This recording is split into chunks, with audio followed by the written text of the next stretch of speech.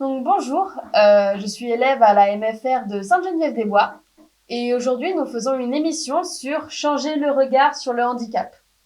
Et donc pour cette émission spéciale, nous recevons Ouda qui va se présenter aujourd'hui. Bonjour, je suis Ouda, je suis AESH, ce qui signifie que j'accompagne des élèves en situation de handicap dans les écoles de la maternelle jusqu'à la fac. Donc quelles sont vos missions plus particulièrement en tant qu'AESH? C'est d'accompagner des élèves pour les rendre le plus autonomes possible. D'accord, Voilà, avec un travail qu'on fait avec les instituts ou les profs. Voilà. d'accord. Quelles sont les meilleures qualités pour être une bonne AESH? Bonne question. Déjà, de la patience. Il faut connaître un petit peu ce que c'est que le handicap. Quand on n'est pas diplômé, on peut faire une formation avec l'éducation nationale. Voilà, être capable de s'adapter à chaque situation. Parce qu'on suit plusieurs élèves. On n'a D'accord. pas qu'un élève dans la journée, on peut en avoir jusqu'à trois. Donc, comment vous gérez les crises d'un élève s'il en fait? C'est cas par cas. Et puis, on utilise aussi, moi j'utilise des outils. Voilà. Donc là, c'est pour de la non-violence, on ne doit pas taper, mais c'est toujours, on visualise. D'accord. On visualise. Donc, quand il y a des crises, parfois, je me trouve avec un élève, je le sors dehors et puis on prend des bouts de bois pour les jeter le plus loin possible pour qu'il puisse, exprimer sa colère ou son mal-être, ce qui n'est pas évident. Donc, quelles sont les difficultés rencontrées, mis à part ces crises, du coup? Les difficultés, c'est de savoir s'adapter à l'handicap, hein, parce qu'on ne vous le dit pas ce qu'il a l'élève. Hein. C'est à vous de voir, c'est à D'accord. vous de voir le Jevasco. Normalement, on doit faire de Jevasco, c'est un document administratif, hein, et puis on a aussi un devoir aussi de rencontrer les parents pour pouvoir échanger avec eux. D'accord. Et après, on met en place plusieurs choses, comme le timer pour savoir l'heure. Voilà, ça c'est le timer. Voilà, pendant 10 minutes, on va écrire et après, on va faire une pause. Il y a aussi le casque anti-son. Je ne sais pas si vous connaissez. Oui, je comprends. Voilà, donc anti-son quand ils sont vraiment très envahis par le bruit. Il y a d'autres astuces que j'ai fabriquées. Il y a tout ce qui est sensoriel, voilà, pour le concentrer pendant son travail et qu'il puisse rester le plus longtemps concentré, puis réexpliquer le travail qui a été proposé par l'instit et le simplifier parfois. Voilà. Est-ce que, du coup, parfois, c'est compliqué? Oui, oui. Oui. Parfois c'est compliqué, parfois on a des élèves très très violents, très agressifs, qui peuvent sauter par les fenêtres, qui peuvent être violents envers eux-mêmes et envers les autres. Donc, comment identifiez-vous les besoins de chaque enfant? Ben, c'est de l'observation, le rapport qu'on a sur le Juvasco, et puis c'est à nous, avec l'équipe éducative, hein, on est plusieurs, hein, pour savoir ce qu'on peut faire avec cet élève. Voilà. Donc, comment se déroule en soi une journée type en tant qu'AESH? Et le type, c'est comme je vous ai dit, parfois on peut faire un élève dans la journée, parfois on peut en faire trois. D'accord. Voilà, parce qu'on n'est pas assez nombreuses, hein. Et donc on change de classe, on change parfois d'école, hein. Il m'arrive parfois de faire 2 écoles par jour, Ah oui, c'est le beaucoup. matin, l'après-midi, D'accord. avec des élèves différents. Voilà, il faut vraiment s'adapter. Donc, comment vous communiquez avec les enseignants et quelles choses vous mettez en place pour l'enfant ou les enfants? Mm. Oui, oui, on communique beaucoup avec les enseignants parce Mm. qu'on travaille ensemble, hein. On est une équipe, hein. Mhm. Et quand c'est dans les écoles maternelles, il y a aussi Katsem qui est là. Et on essaye de faire le plus pour la sécurité et le bien-être, hein, de l'élève et puis la sécurité aussi, le bien-être des autres, hein. D'accord. Mais on s'en sert à chaque fois, oui, pour le travail et pour le mieux-être. Comment vous adaptez-vous à l'enfant que vous accompagnez? Ben, on s'adapte comme on peut. Il y a des élèves qui ou s'accrochent ou ça n'accroche pas. Donc là, Mhm. on change de TSH et puis on s'adapte avec des petits, comment dire ça. Il faut savoir ce que l'élève,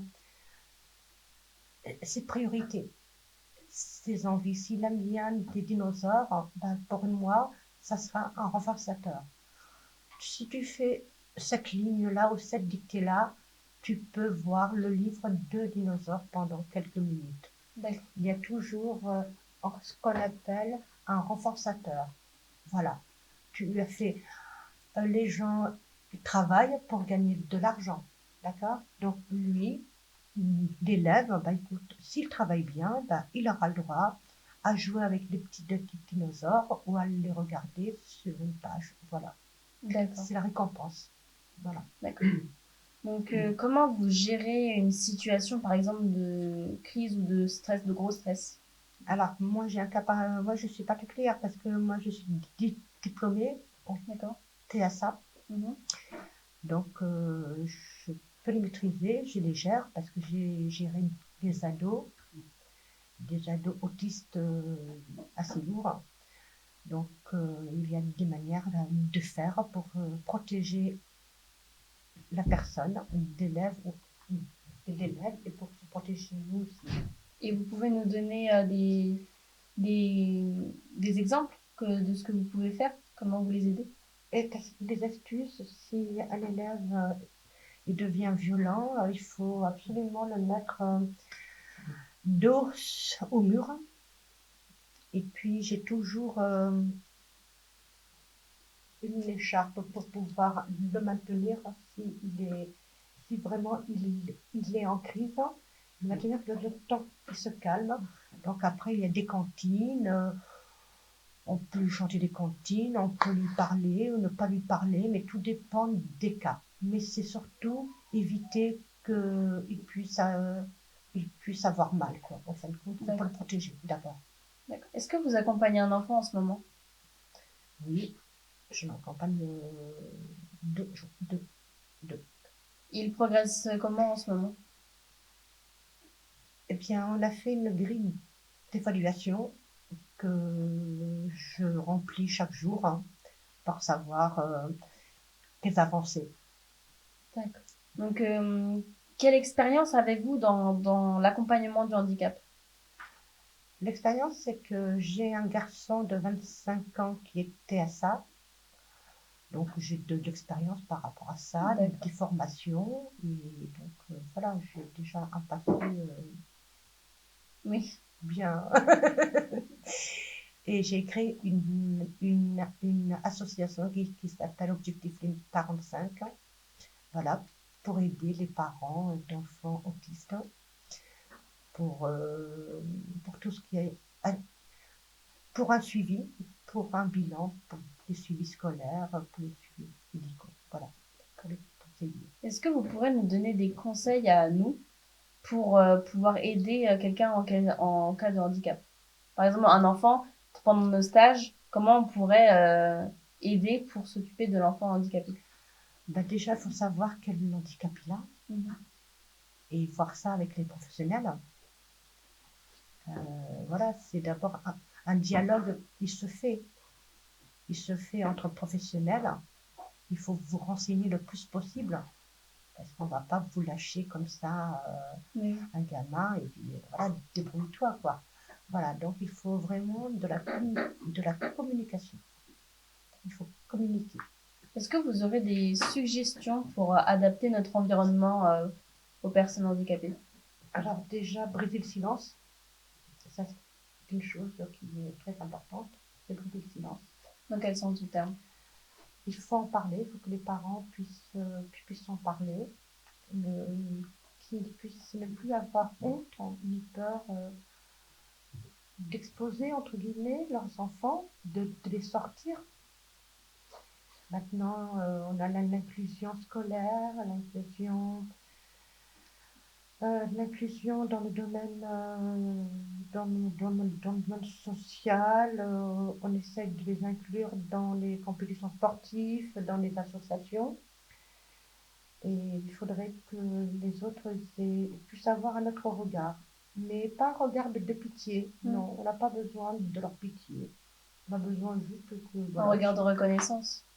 reconnaissance, non. Un regard... pas de reconnaissance, une acceptation plutôt. D'accord. Voilà, c'est pas le regard. Désolée.